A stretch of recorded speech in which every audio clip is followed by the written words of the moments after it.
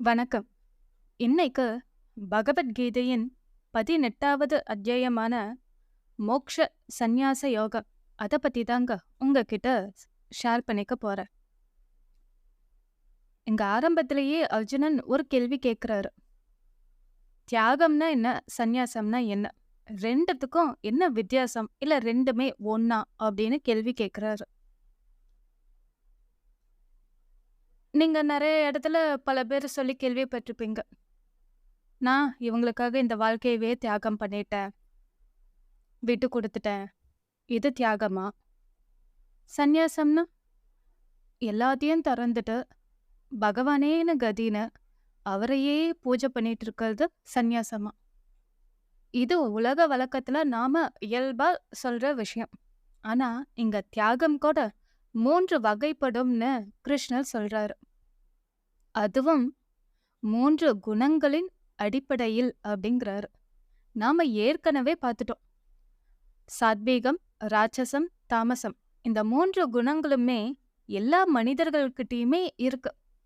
ஆனா இந்த 3 குணங்கள அடிப்படையா வச்சுதான் இந்த தியாகமும் இருக்கு அப்படிங்கிறாரு கிருஷ்ணா. முதல்ல சத்வகுணத்தால ஏற்படுற தியாகம்னா என்ன? அவங்க தங்களுடைய கடமைய எந்த பலனும் எதிர்பார்க்காம செய்யறது. தொடர்ந்து எல்லா கடமையும் செய்வாங்க. அது நித்திய கர்மமா இருக்கட்டும், இல்ல யாகம், தனம், தானம், தவம் எதுவா இருந்தாலும் சரிங்க. அத தொடர்ந்து செஞ்சுக்கிட்டே இருப்பாங்க. அத கைவிடவே மாட்டாங்க. ஏன் கைவிடக்கூடாது அப்படின்னு கிருஷ்ணர் சொல்றாரு. ஏன்னா இந்த யாகம், தானம், தவம் இது 3மே ஒரு மனிதன் தொடர்ந்து செய்யும்போது அவனுடைய முன்வினை பயன்கள் நீங்கும். நாமளே இப்ப இந்த பிறவியில நான் இந்த பிறவியில 38 வருஷம் இந்த பூமியில வாழ்ந்திருக்கேன். ஏன் கான்ஷியஸா பார்த்தீங்க அப்படின்னா, எனக்கு காலேஜ் லைஃப்ல இருந்து இப்ப இருக்கிற இந்த பிரசன்ட் டைம் வரைக்கும் நான் செஞ்ச நல்லது, கெட்டது எல்லாமே எனக்கு ஞாபகத்துல இருக்கு. ஓகே. பட் பிஃபோர் தட் அதெல்லாம் நான் தெரிஞ்சு செஞ்சிருக்கலாம், தெரியாம செஞ்சிருக்கலாம். இல்ல நாம ஒவ்வொரு சின்ன உயிருக்கும் தெரிஞ்சோ, தெரியாமலோ தீங்கு செஞ்சிருக்கலாம். இந்த மாதிரி பல சந்தர்ப்பங்கள்ல நடந்துட்டு தான் இருக்கு. என் மனசால ஒருத்தர் ஏன் இவங்க இப்படி பண்ணிட்டாங்க? இவங்க நல்லா இருக்கக்கூடாதுன்னு அப்படி நெனச்சா கூட, அதுவும் ஒரு தீமை தான். அதுவும் ஒரு பாவம் தான். இப்படி நம்ப இது வாழ்க்கையில சகஜமா மனசுல நெனைக்கிறதாகட்டும், இல்ல செயல்ல செய்றதாகட்டும், ஒவ்வொன்னுமே ஒவ்வொரு கர்மத்த கிரியேட் பண்ணிக்கிட்டே இருக்கும். அது தெரிஞ்சும் நடக்குது, நமக்கு தெரியாமலே அறியாமலும் நடக்குது. நமக்கு ஏதோ ஒரு மயக்கம். ஏன்னா இந்த தாமச குணம் மேலோங்கி இருக்கும்போது ஒரு மயக்கத்திலயோ, சோம்பல்லயோ நம்ம செய்யக்கூடிய பாவங்களும் அதுல ஆட் ஆகும். இல்ல கோபத்துல ஒரு ஒருத்தர பழி வாங்கணுங்கிற வெறியில நம்ம செய்யக்கூடிய செயல்களும் நெறைய விஷயங்கள கர்மத்த ஏற்படுத்திட்டே இருக்கும்.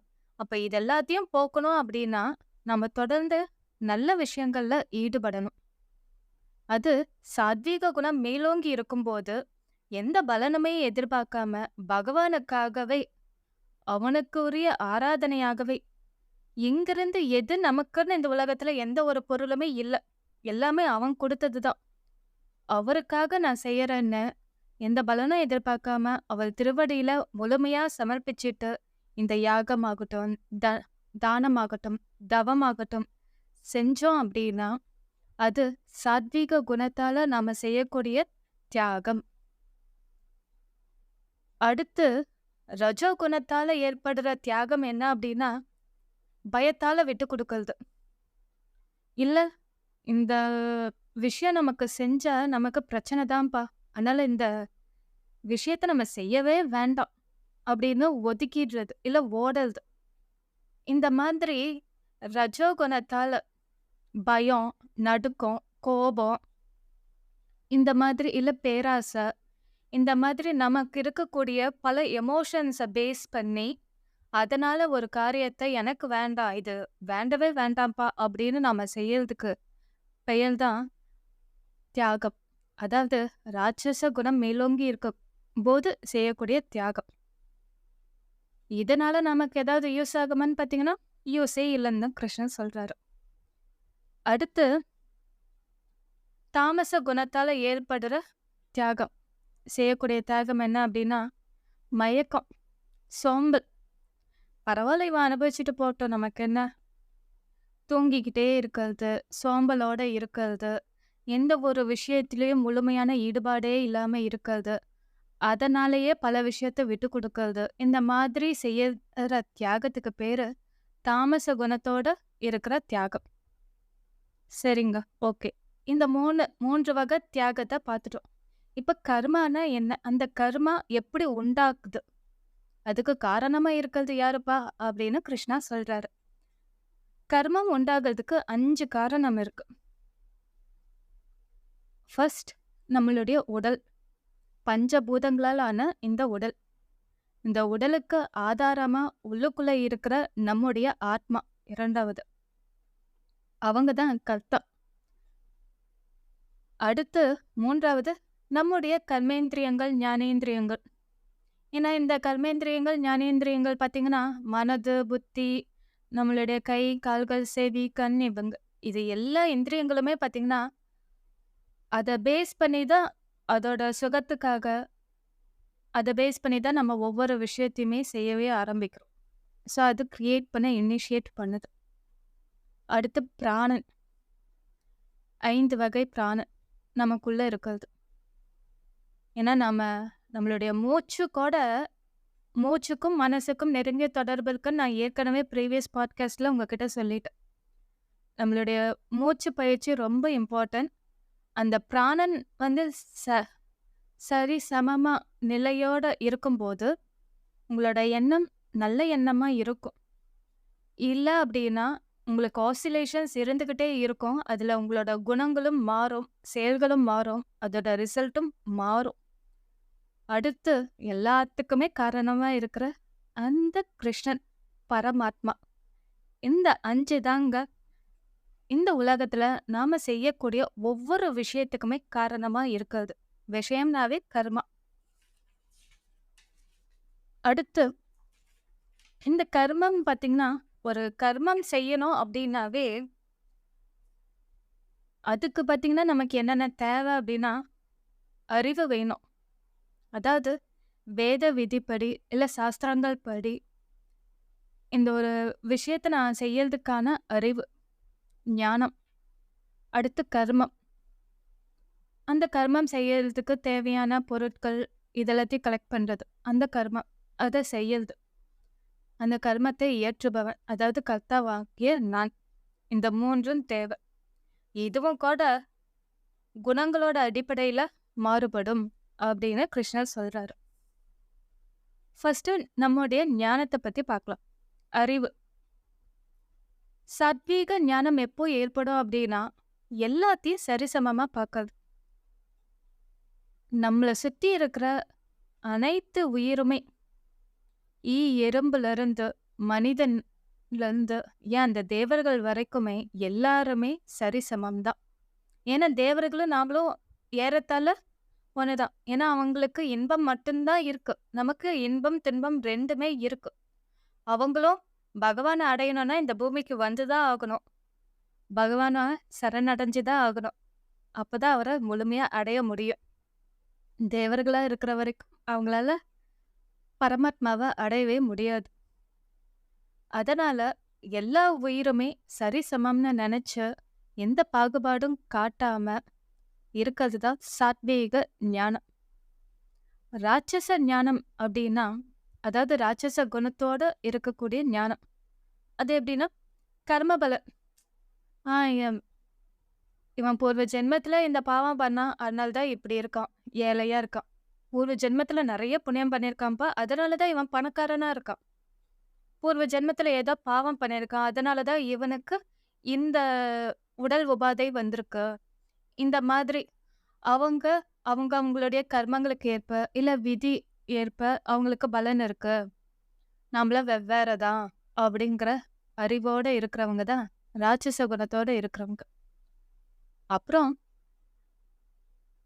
தாமச குணத்தோட இருக்கிறவங்க, அவங்களுடைய அறிவு ஞானம் எப்படி இருக்கும்னா அவங்களுக்கு பொய், உண்மையா தெரியும். உண்மை பொய்யா தெரியும். அவங்க எதையுமே முழுசா நம்பவும் மாட்டாங்க. ஆனா, அவங்களுக்கு இருக்கிறது எல்லாமே, கிடைக்கிறது எல்லாமே துன்பமா மட்டும் தான் அமையும். இது தாமச ஞானம். அடுத்து கர்மம். நாம இயற்றக்கூடிய கர்மம். நம்ம ஏற்கனவே சொல்லிட்டோம். நித்திய கர்மம் நம்ம இடைவிடாத செஞ்சுக்கிட்டே இருக்கணும். அடுத்து எக்ஸ்ட்ராவா இந்த யாகம், தானம், தவம் இத நம்ம செய்யலாம்.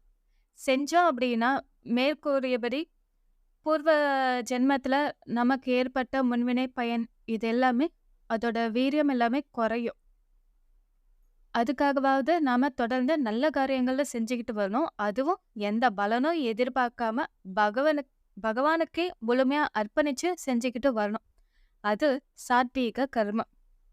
ராட்சச கர்மம் அப்படின்னா, பலனை எதிர்பார்த்து மட்டுமே நான் ஒவ்வொரு விஷயத்தையும் செய்வேன். ஒரு யாகம் செய்யணுமா?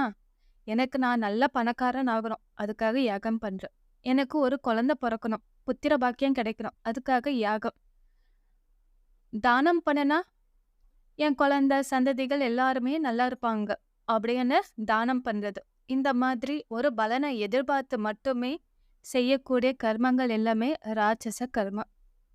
அடுத்து தாமச கர்மம் அப்படின்னா, துன்பத்தை மட்டுமே விளைவிக்க கூடியது. இவங்க எப்பயுமே மயக்கத்திலேயே சோம்பல்லையே ஒவ்வொரு முடிவையும் எடுத்து அதிலேயே செயல ஆரம்பிக்கிறதுனால இவங்களுக்கு பலனா கிடைக்க போறதே துன்பம் மட்டும்தான். அடுத்து கர்த்தா. கர்த்தானா ஆத்மா. ஏன்னா நான் இந்த உடலா இருக்கிறேங்கிறத விட இந்த உடலை தாங்கிக்கிட்டு இருக்கக்கூடிய ஆத்மாவா நான் இருக்கேங்கிறது தான் உண்மை. அப்ப இந்த கர்த்தாவான நான் சாத்வீக கர்த்தாவா இல்ல ராட்சச கர்த்தாவா இல்ல தாமச கர்த்தாவான்ட்டு பார்க்கணும்.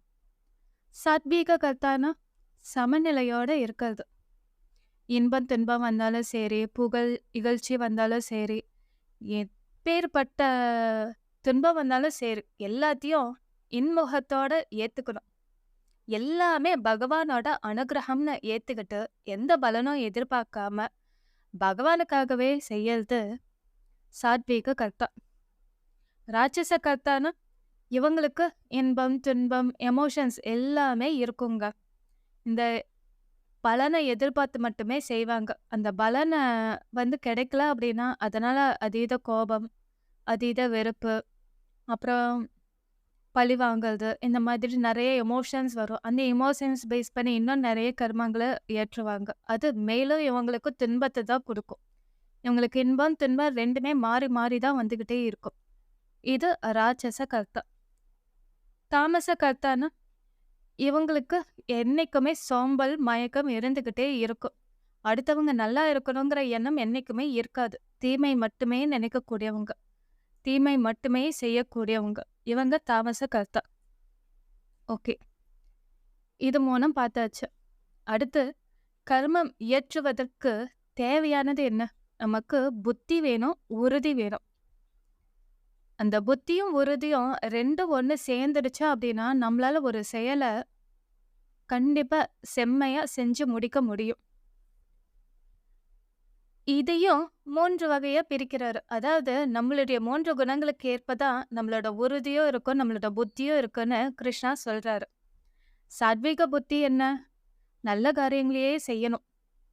ஏன்னா நமக்கு நமக்கு நம்மளை சுற்றி இருக்கிறவங்களுக்கு நல்லது மட்டுமே, இப்ப மட்டும் இல்லை, எப்பவுமே நல்லது மட்டுமே தரக்கூடிய செயல்களை செய்யறது தான் சாத்வீக புத்தி.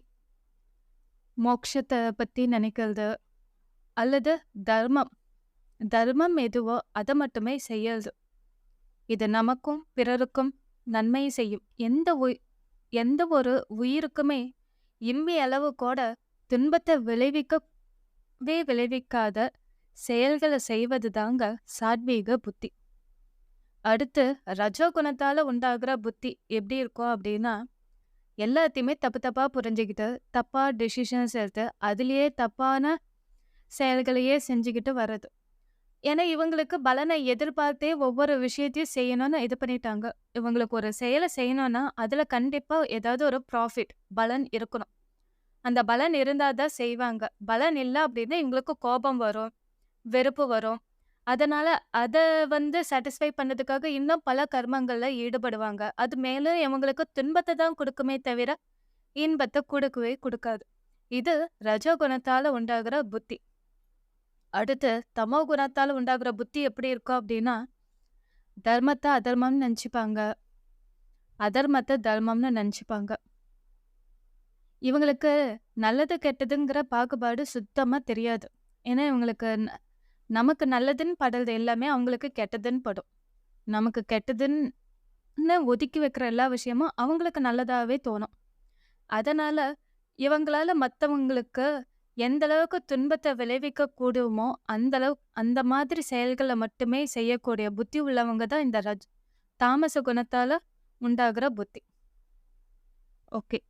இந்த புத்தி முடிஞ்சிருச்சு. அடுத்து உறுதி. நமக்கு எப்பேர்ப்பட்ட உறுதி வேணும்? அந்த உறுதி இருந்தா எப்பேர்ப்பட்ட விஷயத்தையும் சுலபத்துல நம்ம செஞ்சு முடிக்கலாம். சத் சத்வீக குணம் இருக்கும்போது இருக்கிற உறுதி எப்படி இருக்கும் அப்டின்னா, செய்யக்கூடிய அனைத்து செயல்களும் கிருஷ்ணனுக்கே கிருஷ்ணார்ப்பணம்னு சொல்லிட்டு, எந்த பலனும் எதிர்பார்க்காம, எந்த உயிருக்கும் தீங்கு நினைக்காம, மனம், வாக்கு, செயலாலயும் நல்லதையே நெனச்சு, நல்லதையே சொல்லி, நல்லதையே செய்யறது தாங்க சாத்விக குணத்தால ஏற்படுற உறுதி. இவங்க எந்த காலத்திலயுமே ஒரு விஷயத்த தொடங்கிட்டாங்க அப்டின்னா, பகவானுக்காக அப்படின்னு தொடங்கிட்டாங்க அப்டின்னா, அது முடியிற வரைக்கும் அந்த கர்மத்த விட மாட்டாங்க. இந்த உலகத்துல இருக்கிறவங்க எத்தன பேர் வேணாலும் எதிர்த்து நின்னாலும் சரி, கூட இருக்கிறவங்களும் எதிர்த்து நின்னு, "இதெல்லாம் வேண்டாம். இதெல்லாம் உனக்கு ஆகாது. செட் ஆகாது. விட்டுடு. தேவையில்லாத வேலைன்னு" எத்தன பேரு பலவிதமா சொன்னாலும், அவங்க அந்த உறுதியிலிருந்து பின்வாங்கவே மாட்டாங்க. உறுதியா இது செஞ்சே ஆகணும். இது எல்லாருக்கும் நல்லதுன்னு மன உறுதியோட பகவானுக்காகவே இவங்க செய்வாங்க. இது சாத்விக குணம் மேலோங்கி இருக்கும்போது இருக்கக்கூடிய உறுதி. அடுத்து ராட்சச குணத்து மேலோங்கி இருக்கும்போது இருக்கிற உறுதி எப்படி இருக்குன்னா, இவங்களுக்கு பலன் மேல மட்டும்தான் கண்ணு. எனக்கு நான் எந்த செயல செஞ்சாலும் சரி, அதுல பலன் கிடைச்சே ஆகணுங்கிறதுல உறுதியா இருப்பாங்க. அந்த பலன அடையணுங்கிறதுக்காக யார வேணாலும், எத்தன பேர வேணாலும் துன்புறுத்த தயங்கவே மாட்டாங்க. அது சொல்லாலும் சரி, செயலாலயும் சரி, இல்ல மனசாலயும் சரி. இவங்க அடுத்தவங்களுக்கு துன்பம் ஏற்படுத்தி கூட தனக்கான பலன அடையணுங்கிறதுல உறுதியா இருப்பாங்க. இதுதான் ராட்சச குணத்தோட இருக்கக்கூடிய உறுதி. அடுத்து தாமச குணம் மேலோங்கி இருக்கும்போது இருக்கக்கூடிய உறுதி எப்படி இருக்குன்னா, பயம் இருக்கும், துக்கம், உறக்கம், துயரம். அதாவது நீங்க பல பேர் பார்த்திருப்பீங்க. ஒவ்வொருத்தரோட லைஃப்லயும் பார்த்தீங்கன்னா, இந்த பயங்கிறது இருந்துகிட்டே இருக்கும். ஆனா, ஒரு சிலரு அந்த பயத்தோடயே வாழ்றத ஒரு அடிக்ஷனா நெனச்சு, இந்த பயத்தோடயே வாழ்வாங்க. ஒரு சிலர் ஒரு பெர்சன இழந்துட்டாங்க. கணவரையோ, மகனையோ, இல்ல வேற நெருக்கமான ஒரு உறவ இழந்துட்டாங்க அப்டின்னா, இல்ல பிரிஞ்சுட்டாங்க அப்டின்னா, அவங்கள நெனச்சு ஏங்கி, அப்படியே காலத்த கழிக்கிறது. அந்த துன்பத்தையே இன்பம்னு நெனச்சு வாழ்றது. இந்த மயக்கம். இந்த அதாவது துன்பம் தான் இவங்களுக்கு இன்பமாவே தெரியும். இதுதாங்க தாமச குணத்தோட இருக்கக்கூடிய உறுதி. அதிலயே உறுதியா இருப்பாங்க. நான் இப்படியே இருந்துக்கிறேன். எனக்கு இந்த காதல் வசனம்லாம் நீங்க நெறைய கேட்டுருப்பீங்க இல்லையா? நான் அவள நெனச்சுக்கிட்டு காலம் பூரா வாழ்ந்துருவேன். கல்யாணம் பண்ணிக்கலைனாலும் பரவால்ல அப்படின்னு. இது ஒரு வித மயக்கம். இந்த துன்பத்த கூட அவங்க இன்பமா நெனச்சு, அதிலேயே மயங்கி, அதிலேயே வாழ்க்கைய ஓட் ஓட்டுறது. இந்த உறுதிக்கு பேர் தாங்க தாமச குணத்தால ஏற்படுற உறுதி. ஓகே. இதெல்லாம் சொல்லிட்டாரு. அடுத்து சுகம். ஃபைனல் டச் வேணும் இல்லையா? அதாவது பலன். ஏன்னா நாம இந்த உலகத்துல செய்யக்கூடிய ஒவ்வொரு கர்மமுமே, நம்ம செய்யக்கூடிய ஒவ்வொரு செயலுமே, ஏதாவது ஒரு சுகத்த வேண்டி தான் நம்ம செய்யறோம். ஏதாவது ஒரு பலன். மன திருப்தி, சந்தோஷம் இந்த மாதிரி. எமோஷன்ஸ பேஸ் பண்ணி வர சுகமும் இருக்கு. இல்ல பொருள பேஸ் பண்ணி வர சுகமும் இருக்கு. இல்ல புகழ பேஸ் பண்ணி வர சுகமும் இருக்கு. ஸோ, இப்போ இந்த சுகம் எப்படி இருக்கும் அப்படின்னு கிருஷ்ணர் சொல்றாரு. சத்வகுணத்தால ஏற்படுற சுகம் எப்படி இருக்கும்னா, தொடக்கத்துல துன்பமா இருக்கும். ஆனா இறுதியில இன்பமா இருக்கும். தொடக்கத்துல துன்பமா இருக்குங்க. நல்ல காரியங்கள யாராலயும் சுலபத்துல ஆரம்பிக்கவும் முடியாது, செய்யவும் முடியாது. செய்ய தொடங்கிட்டோம்னு வச்சுக்கோங்க, அதுக்கு நெறைய தடங்கல்கள் வரும், தடைகள் வரும், நெறைய எதிர்ப்பு வரும். அது எல்லாத்தையும் தாண்டி உறுதியோட செஞ்சு முடிக்கும்போது தான் உண்மையான வெற்றியே கிடைக்கும். இதுதாங்க நிலையான, உண்மையான சுகம். இறுதியில தான் இன்பமே கிடைக்கும். இது சாத்விக குணத்தால ஏற்படுற சுகம். அடுத்து ராட்சச சுகம். ராட்சச குணத்தால ஏற்படுற சுகம் எப்படி இருக்கும் அப்படின்னா, தொடக்கத்தில் இன்பம், முடிவில் துன்பம். ஏன்னா, இவங்க எப்பயுமே பலனை எதிர்பார்த்து செய்றவங்க இல்லையா? அதாவது என்னுடைய உடல் இன்பத்துக்காக நான் செய்யக்கூடிய, ஈடுபடக்கூடிய எல்லா விஷயங்களுமே எனக்கு ஒரு காலகட்டம் வரைக்கும் அப்பா ஜாலியா, சந்தோஷமா, சுகமா தான் இருக்கும். ஆனா, அது ஒரு கட்டத்துக்கு அப்புறம் சலிச்சு போயிடும். பிடிக்காது. அது அப்புறம் நமக்கு துன்பத்த குடுக்கும். இது ராட்சச குணத்தால ஏற்படக்கூடிய ஒரு சுகம். அடுத்து தாமச சுகம். அது எப்படி இருக்கும்னா, தொடக்கத்திலயும் சரி, முடிவிலும் சரி, துன்பம் மட்டும்தான், மயக்கம் மட்டும்தாங்க. இவங்க ஆரம்பிக்கிறது சரி, முடிக்கிறதும் சரி. ஏன்னா இவங்களுடைய புத்தி எல்லாமே பார்த்தீங்கன்னா, மயக்கத்திலேயே இருக்கு. சோம்பல்லயே இருக்கு. சோம்பல்ல எடுக்கிற முடிவு, அதுல ஆரம்பிக்கிற விஷயங்கள், முதல் கோணல் முற்றும் கோணல்ங்கிற மாதிரி தாங்க. தொடக்கம் நல்லா இல்ல அப்படின்னா, முடிவும் நல்லாவே இருக்காது. அதுதாங்க இந்த தாமச சுகம். அடுத்து வர்ணாசிரம தர்மம். 4 வர்ணத்த பத்தி நமக்கு ஏற்கனவே கிருஷ்ணா சொல்லிட்டாரு. பிராமணன், க்ஷத்ரியன், வைஷ்யன், சூத்திரன். இந்த இதெல்லாம் பார்த்தீங்கன்னா, காலப்போக்குல இவங்க எல்லாமே ஆ குடும்பத்த பேஸ் பண்ணி கொண்டு வந்துட்டாங்க. பிராமண குடும்பத்துல பிறந்தவங்க எல்லாருமே பிராமணன். சத்திரிய குடும்பத்துல பிறந்தவங்க எல்லாருமே சத்திரியன் அப்படின்னு. ஆனா இது அப்படி கிடையவே கிடையாது. ஒருத்தருடைய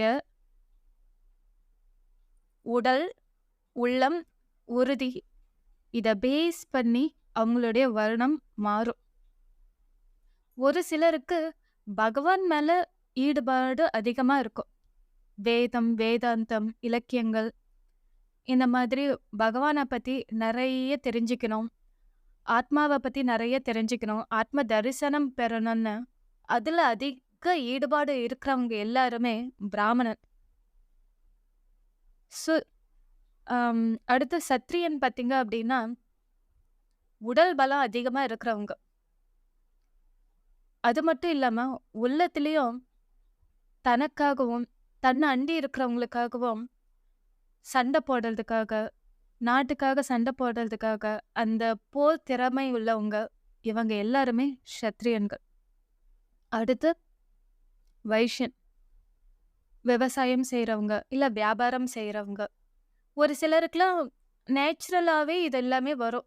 விவசாயம் பண்றது, வியாபாரம் பண்றது, பேச்சாலேயே வியாபாரம் செய்யறது, முடிக்கிறது இது எல்லாமே. அடுத்து சூத்திரன். இவங்களுக்கு ஒரு சிலருக்கு பார்த்தீங்கன்னா, நம்ம அன்னை தெரசா மாதிரி பலருக்கு ஏதாவது ஒரு வகையில சேவை செய்யணுங்கிற எண்ணத்தோடயே பிறந்ததுலருந்து இருப்பாங்க. ஆனா இது எல்லாமே பார்த்தீங்கன்னா, அவங்க குடும்பத்த பேஸ் பண்ணி அது எல்லாமே தப்பு தப்பா புரிஞ்சுக்கிட்டு எல்லாமே அப்படி போயிடுச்சு. ஆனா இதுதாங்க உண்மை. அவங்களுடைய மனநிலைக்கேற்ப, உறுதிக்கேற்ப அவங்க அவங்களுடைய வர்ணத்த அவங்க ஏத்துக்கலாம். அதுல அவங்களுக்கு எந்த தொழில் பிடிச்சிருக்கோ, அத அவங்க மேற்கொண்டு செய்யலாம். இதுதான் கிருஷ்ணர் விதிச்சிருக்காரு. அத நாமளும் புரிஞ்சுகிட்டு வாழ்க்கையில கடைபிடிக்க ஆரம்பிக்கணும். எல்லாருக்குமே சேவை மனப்பான்மை வந்துருமா? நீங்களே நினைச்சு பாருங்க. ஒருத்தருக்கு ஃபோர்ஸ் பண்ணி, "நீ இப்படி பிறந்தவன் தான் இப்படிதான் சேவை பண்ணணும்னு" நம்ம சொல்ல முடியாது. அவனால் பெறக்கூடிய சேவையே நமக்கு திருப்திகரமா இருக்காது. ஆனா, முழுமையான மனசோட, அந்த சேவை மனப்பான்மையோட செய்றவங்க பல பேர் இருப்பாங்க. அவங்கள நாம ஆதரிக்கணும். அடுத்து பிசினஸ் மைண்டோட இருக்கிறவங்க பல பேர் இருப்பாங்க. ஆனா, அவங்களால பிசினஸ் பண்ணவே முடியாது. "இல்ல, நீ வேலைக்கு தான் போகணும். உனக்கு இதுதான் செட் ஆகும். பிசினஸ்லாம் செட் ஆகாது. இப்படியே போ" அப்படின்னு அவங்கள அதே வழியிலே தள்ளிடுவாங்க. அடுத்து ஒரு சிலருக்கு சேவை செய்யணும், நாட்ட பாதுகாக்கணும், இந்த மாதிரி இந்த போர் திறன்லாம் அதிகமா இருக்கும். உடல் பலம் அதிகமா இருக்கும். அந்த உறுதி அதிகமா இருக்கும். அவங்க எல்லாரையும் கூட்டிட்டு போய், "இல்ல, இல்ல. நீ உனக்கு இந்த வேலை தான் செட் ஆகும். நீ குடும்பத்த பாரு. நாட்டெல்லாம் பார்க்காத." அப்படின்னு அவங்கள முடக்கி வைக்கிறது. அடுத்து சாமி கும்பிடுறதையே குற்றமா ஒரு காலத்துல நெனச்சிட்டு இருந்தாங்க. இப்பவும் சில இடத்துல அப்படிதான் நெனச்சுக்கிட்டு இருக்காங்க. அதாவது பக்திங்கிறது மனசுல இருந்து வரணுங்க. செய்யறது எல்லாமே பின்னாடி பார்த்துக்கலாம். உங்களுக்கு வாய்ப்பு கிடைக்கும்போது செயல்னு செய்யுங்க. எல்லா கோவில்கள் கட்டி வச்சிருக்கிறதே, நீங்க உங்களால செய்ய முடியாத பூஜைய, உங்க கோவில்ல அங்க ஒரு பிராமணன் செய்றாரு. அத பாருங்க. அது போதும். நீங்களே ஒரு விக்கிரகத்த எழுப்பி, பாலாபிஷேகம், எல்லா அபிஷேகமும் செய்யணும். நைவேத்தியம் பண்ணணும். அந்த மாதிரி ரெஸ்ட்ரிக்ஷன்ஸ்லாம் கிடையாது. இது கலியுகம். பகவன் நாமத்த மனசார இடைவிடாது அவர நெனச்சுக்கிட்டு சொன்னாலும் சரி, நெனைக்காம சொன்னாலும் சரி, அதுக்கான பலன் கண்டிப்பா கிடைக்கும்னு ஏற்கனவே கிருஷ்ணர் பாகவதத்துல சொல்லிட்டாரு. அத மட்டுமே செய்யலாமே. அது மட்டும் இல்லங்க. மானசீக பக்திக்கு பகவான் அப்படியே இறங்கி ஓடி வருவாரு. நீங்க 10,000, 20,000ன்னு அப்படியே நல்ல பெரிய விக்கிரகமா வீட்லயோ, இல்ல ஒரு கோவில்ல நீங்க கட்டுறீங்க, பண்றீங்க. அதெல்லாம் தேவையே இல்லைங்க. உங்களுக்கு எவ்ளோ காஸ்ட்லியா ஒரு விக்கிரகம் வேணுமோ, அத மனசுல செதுக்குங்க. மனசுல எழுந்தருள பண்ணுங்க. அந்த விக்கிரகத்துக்கு நீங்க கோயில்ல கூட 108 குடம் தாங்க அபிஷேகம் பண்ண முடியும். ஆனா உங்க மனசுல இருக்கிற தெய்வத்துக்கு நீங்க லட்சக்கணக்கா, கோடிக்கணக்கான குடத்துல பால் அபிஷேகம் பண்ண முடியும். அவருக்கு நித்தியமும் நைவேத்தியம் பண்ண முடியும். நீங்க சாப்பிடும்போது, "ஹே கிருஷ்ணா, என் மனசுல இருக்கல்ல, உனக்காக இந்த ஒரு பிடி சாதம்" அப்படின்னு நெனச்சு நீங்க சாப்பிடுங்க. அதுவே சிறந்த நைவேத்தியம். ஆராதனை. பாத்தீங்கன்னா, நாமத்த சொல்லுங்க. அர்ச்சனையே அதுதாங்க. சிறந்த அர்ச்சனையே. பகவானோட நாமத்த இடைவிடாம முடிஞ்ச அளவுக்கு அது கொஞ்சம் பிராக்டிஸ் பண்ணது கஷ்டம்தாங்க. ஆனா போக போக நம்ம பிராக்டிஸ் பண்ணிட்டோம் அப்படின்னா, அது ஆட்டோமேட்டிக்கா உங்க மனசு சொல்ல ஆரம்பிச்சுடும். நீங்க கான்ஷியஸா இல்ல அப்படின்னாலும், நாமத்த சொல்லக்கூடிய நெனப்பிலேயே இல்லைனாலும், உங்க மனசு ஆட்டோமேட்டிக்கா அது ஒரு பக்கம் அதாவது ஆஞ்சநேயர் ராமநாமத்த சொல்லிக்கிட்டே இருப்பாரு இல்லையா? அதே மாதிரி உங்க மனசும் ஆஞ்சநேயரா மாறி, அந்த நாமத்த மனசுக்குள்ள அதுவே ஆட்டோமேட்டிக்கா அமைதியா ஒரு மூலையில உட்காந்து சொல்லிக்கிட்டே இருக்கும். அதுவே நீங்க பகவானுக்கு செய்யக்கூடிய நித்திய அர்ச்சனை. கோவிலுக்கு போய் தான் அர்ச்சனை பண்ணணும். அங்க தான் நைவேத்தியம் குடுக்கணும். அப்படிலாம் இல்லைங்க. மனசுக்குள்ள பகவான அவர எழுந்தருள பண்ணி, நீங்க உங்க உங்க ஆசைக்கு ஏத்தபடி புடவ வாங்கி குடுக்கணும்னு ஆசைப்படுறீங்களா? வஸ்திரம் வாங்கி குடுக்கணும்னு ஆசைப்படுறீங்களா? என்ன கலர் வஸ்திரம்? என்ன மாதிரி பார்டர்? அது எல்லாத்தையுமே உங்க மனசுல கற்பனை பண்ணி, அவருக்கு கட்டி அலங்கரிச்சு பாருங்க. மனசுக்குள்ள, உங்க கற்பனையில. அந்த கற்பனைக்கு இருக்கிற சக்தி, நீங்க அத கற்பனை பண்ணி பார்த்துட்டு எனக்கு சொல்லுங்க. அதோட பலன் உங்களுக்கு உடனடியா கிடைக்கும். அது உறுதி. ஏன்னா இது என் லைஃப்ல நான் அடிக்கடி செய்யற ஒரு விஷயம். ஸ்ரீராமன் திருக்கல்யாண உற்சவம் அடிக்கடி நான் கற்பனை செஞ்சு பார்ப்பேன். அதே மாரி கிருஷ்ணர் கூட நான் ராதையா மாறி அவர் கூட நடனம் ஆடுறத கற்பனை பண்ணி பார்ப்பேன். அவர் கூட பேசுறதா, அவர் மடியில படுத்திருக்கிறதா நான் கற்பனை பண்ணி பார்த்துக்கிட்டே இருப்பேன். இந்த மாதிரி கற்பனைக்கு இருக்கக்கூடிய கற்பனை வளமே ஒரு வரப்பிரசாதம். அதுல உங்களோட பக்திய கலந்து பகவானுக்கு நீங்க ஊட்டும்போது, பகவான் உங்களுக்கு பக்கத்திலேயே இருப்பாருங்க. அவர் உங்களை விட்டு இம்மி அளவும் நகரவே மாட்டாரு. நீங்க அவர நினைக்கலினாலும், அவரு ஏய் நீ என்ன நென அப்படின்னு தன்னை ஞாபகப்படுத்த ஏதாவது ஒரு குறும்புத்தனம் உங்க பக்கத்திலேயே இருந்து செய்வாரு. இது உறுதி. தியானம். தியானம் பத்தி கிருஷ்ணர் ஏற்கனவே சொல்லிட்டாரு தியான யோகத்துல. தியானம் எப்படி பண்ணணும்? மனச எப்படி ஒருநிலைப்படுத்தணும்? எந்த மாதிரி ஆசனம் அமைக்கணும்னு எல்லாமே சொல்லிட்டாரு. அத ப்ரீவியஸ் பாட்காஸ்ட்ல நீங்க பார்த்து தெரிஞ்சுக்கோங்க. பக்தி. பகவான அடையறதுக்கான சுலபமான வழி. நம்மள மாரி சாதாரண மனிதர்களுக்கு சுலபமான வழி பக்தி தாங்க. ஏன்னா நம்மளால சம்டைம்ஸ் பலனை எதிர்பார்க்காம ஒரு விஷயத்த செய்ய முடியாது தான். ஏன்னா நம்மளுடைய நம்ம மனிதனுடைய இயல்பு, குணங்களோட இயல்பே அதுதான். இருந்தாலும் அது பக்தியோட அத செய்ய ஆரம்பிச்சுட்டோம் அப்படின்னா, கொஞ்சம் கொஞ்சமா நாமளும் பகவானோட வழிக்கே போயிடுவோம். அது மட்டும் இல்லாம, பலனை எதிர்பார்க்காம ஒரு செயல செய்யறது எப்படின்னு பகவானே குருவா இருந்து நம்மள வழிகாட்டி, அவரோட வழியிலேயே நம்மள நடக்க வச்சுடுவாரு. கிருஷ்ணர் தேரோட்டி இல்லையா? அதனால அவர் தேர் ஓட்டட்டும். நம்மளுடைய வாழ்க்கைங்கிற தேர அவரே நகர்த்திட்டு போகட்டும். நீங்க ஜம்முன்னு உட்காந்துக்கிட்டு, அவர நெனச்சுக்கிட்டு, அவரோட நாமத்த சொல்லிக்கிட்டு வாங்க. வாழ்க்கை சிறப்பா அமையும். Thank you.